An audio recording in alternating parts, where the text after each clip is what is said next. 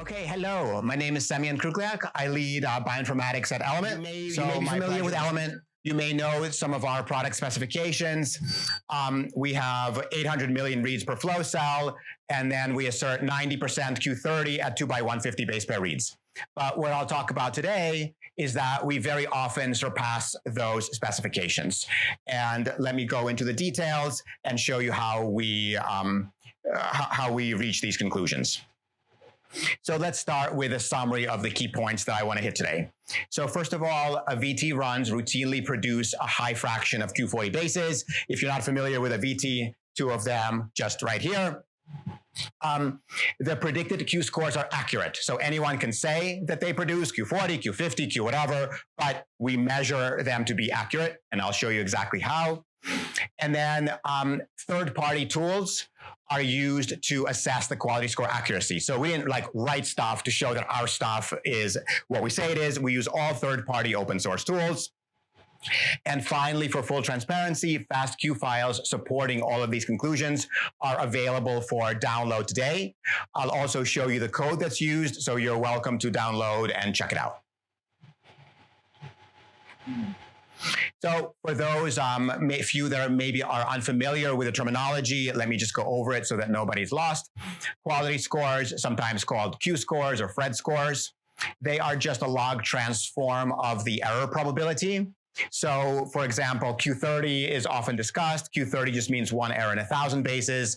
By analogy, Q10 would be one error in 10 bases, Q20, one error in 100 bases, and so on and so forth. So I'll be focused on Q40, or one error in 10,000 bases. This is a concept that's usually applied to a collection of base calls. So if you take all of your base calls that are Q30, within that collection, you would expect to see one error in 1,000. How are these things computed? Well, we follow the methodology first published in Ewing et al., and we train a quality table. To train a quality table, you need two things: a whole bunch of sequencing runs and knowledge of the right answer. So you need to know what the correct base calls are in your training set.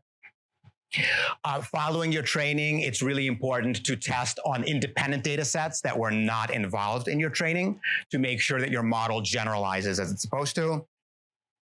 And then the actual accuracy of the quality scores is measured by this mean squared error term, which I will also define and describe in an upcoming slide. To take you through this cartoon animation, suppose you had two quality predictors, like how bright is my feature, and some other measure that you think will correlate with quality. So this is drawn in two-dimensional space, since I can't draw in more dimensions than that. So we partition this portion of the predictor space, and we say anything that where predictor 1 and predictor 2 land you in this rectangle, that's going to be your Q40. Anything in this little rectangle is Q39. You continue to remove this data and partition further.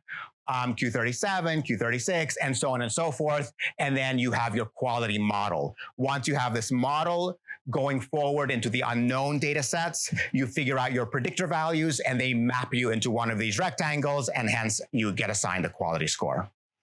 If you have questions about that, please ask me. Otherwise, the rest won't make sense. Okay, no questions. So here's our training and evaluation data. We used 20 runs of human genomes. We trained them on PCR-free data, which is really important because we did not want PCR errors to confuse us here. We really wanted to test the accuracy of the sequencer, not the upstream library prep.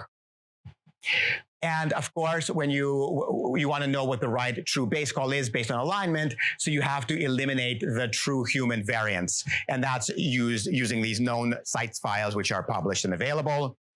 And then the quality table itself was evaluated on 4 independent runs. What you see in the table are the results for those 4 independent runs. You see them broken up by read 1, read 2, Q30, 97% for read 1, a little over 92% for read 2, and then you see the Q40 almost 86% and 72% respectively. The RMSE term, again, is associated with the accuracy of those measurements, and I'll show that off in the next slide. So this is the data set that was generated just this last week because we wanted it to be really, really fresh. And this shows you the histogram of quality scores. Let me use the pointer to orient you. So this is where our data lives for read 1. You can see most of it is out at Q44. This is read 2, also similarly high. The download link, if you want to check it out yourself.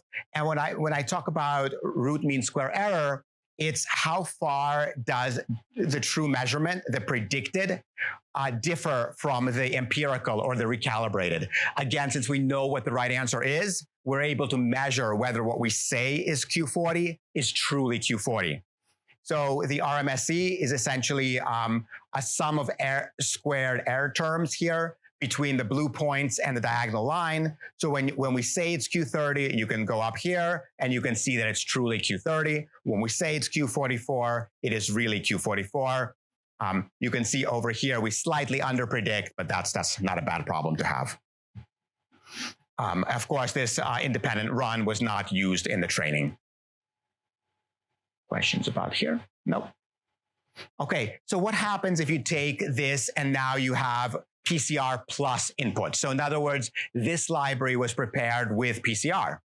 So what happens is, for the vast majority of the range, you see excellent calibration. And then over here, what's happening? It sort of looks like we're over predicting, but these are exactly the PCR errors that are coming from the library prep. As you can imagine, they have no influence over the predictor values. So the error happened upstream of sequencing. So from the point of view of predictors, you land in a very high bin, and yet alignment tells you, hey, no, that's wrong. So this is what you can expect to see when errors are coming in from the library prep. The instrument is sufficiently accurate to be able to give you this level of resolution. Okay, next. So I mentioned surpassing our specifications. Our specification is 800 million reads per flow cell, but here we decided to push it. And as you push density higher and higher, of course, that challenges your quality scores. Your features get tighter and tighter packed. It's more difficult to resolve them. So you expect a negative correlation between density and quality. And that's exactly what you see here for both %Q30 and %Q40. But what you see here in the density range, we're actually starting 100 million reads above our specification. You can see here is 900 million reads all the way out to 1.3 billion reads. And you can see that even at those very high densities, we're way above 90% Q30. And so you can have a really nice range, even if your runs happen to exceed the specifications. You can also see that %Q40 stays nice and high all through the very wide density range. Okay. So let's say that you want to dig into this recalibration and you want to replicate the things that I'm talking about here. Here's how the recalibration process works. We use a tool called GATK Base Recalibrator, part of the GATK bundle and available open source. And recalibration is a really simple process. What you do is you take all of your bases that are assigned to a particular quality bin. So let's say Q40. I take all of my Q40 bases, and then I check what the right answer is based on alignment. And I say, how many errors do I have within my collection of Q40 bases? And if it's 1 in 10,000, great. Then you match perfectly. If it's more, if it's less, that's over prediction, under prediction. So that's how it works. And then here is the actual command that we use. So GATK Recalibrator, and then these known sites files that are over here, that tells you which positions in the genome to ignore, because those are known human variants and you don't want to count them as errors. So if you would like, you can grab the code, you can grab our data, and you can make sure that everything that I described so far today checks out. So